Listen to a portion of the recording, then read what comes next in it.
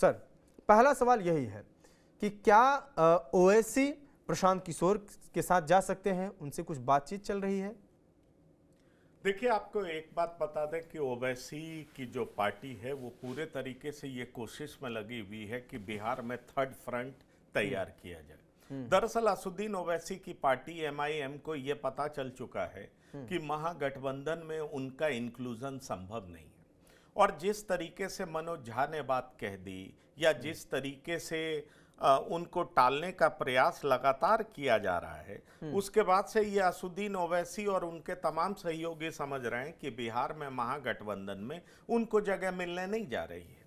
अब बड़ा सवाल ये उठता है कि असुद्दीन ओवैसी की पार्टी किन लोगों से गठबंधन कर सकती है, वो कौन से लोग हैं? तो देखिए, एक मीटिंग पान पार्टी से हुई है, आईपी गुप्ता से उनकी मीटिंग हुई है, बिहार प्रदेश के अध्यक्ष मौजूद थे एआईएमआईएम के, और प्रवक्ता आदिल हुसैन भी मौजूद थे और उनसे भी चर्चा चली है। कहा जा रहा है बीएसपी से भी वो लोग बात करने का प्रयास कर रहे हैं, तो बीएसपी से भी बात बन सकती है। और जहां तक जन स्वराज पार्टी का सवाल है, तो जब मैंने बात की और मैंने कोशिश किया कि एआईएमआईएम के लोगों से बात करूं, तो बिहार प्रदेश के नेताओं ने मुझसे कहा कि निश्चित तौर पर हम उन तमाम दलों से बात करने का प्रयास करेंगे जो कि थर्ड फ्रंट, तीसरे ऑल्टरनेटिव देने की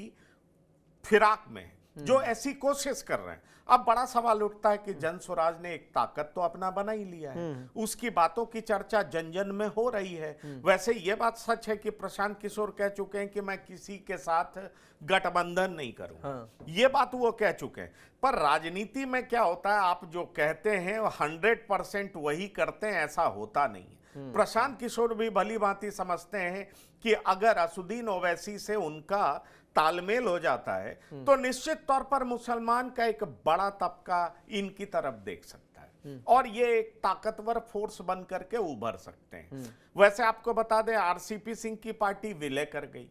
और आरसीपी सिंह की बेटी भी चुनाव लड़ने वाली है, ऐसी चर्चा है जिसकी चर्चा हम लोग करेंगे। लेकिन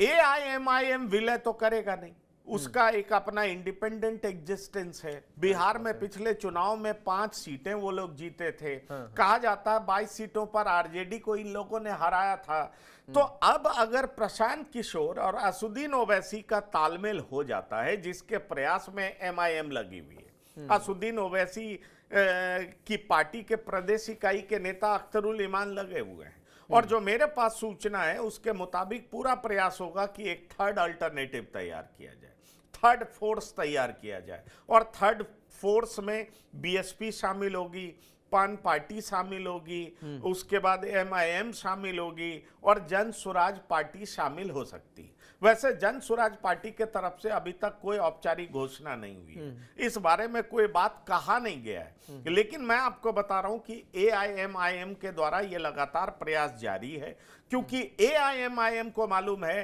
कि महागठबंधन में उनको शामिल नहीं किया जाएगा। वैसे पिछले दिनों आप तेजस्वी यादव को देखेंगे तो जो चिट्ठी एमआईएम के द्वारा लिखी गई थी, तेजस्वी यादव ने उसको एक्स पर डाल करके लोगों से एक अपनी राय मांगी है। तो ये तरीका होता है, लेकिन बड़ा सवाल यह है कि मनोज झा ने तो साफ कर दिया कि भाई कई बार आप चुनाव नहीं लड़ करके भी मदद करते हैं। मनोज झा ने तो यहां तक कह दिया कि आपका मूलतः बेस हैदराबाद है,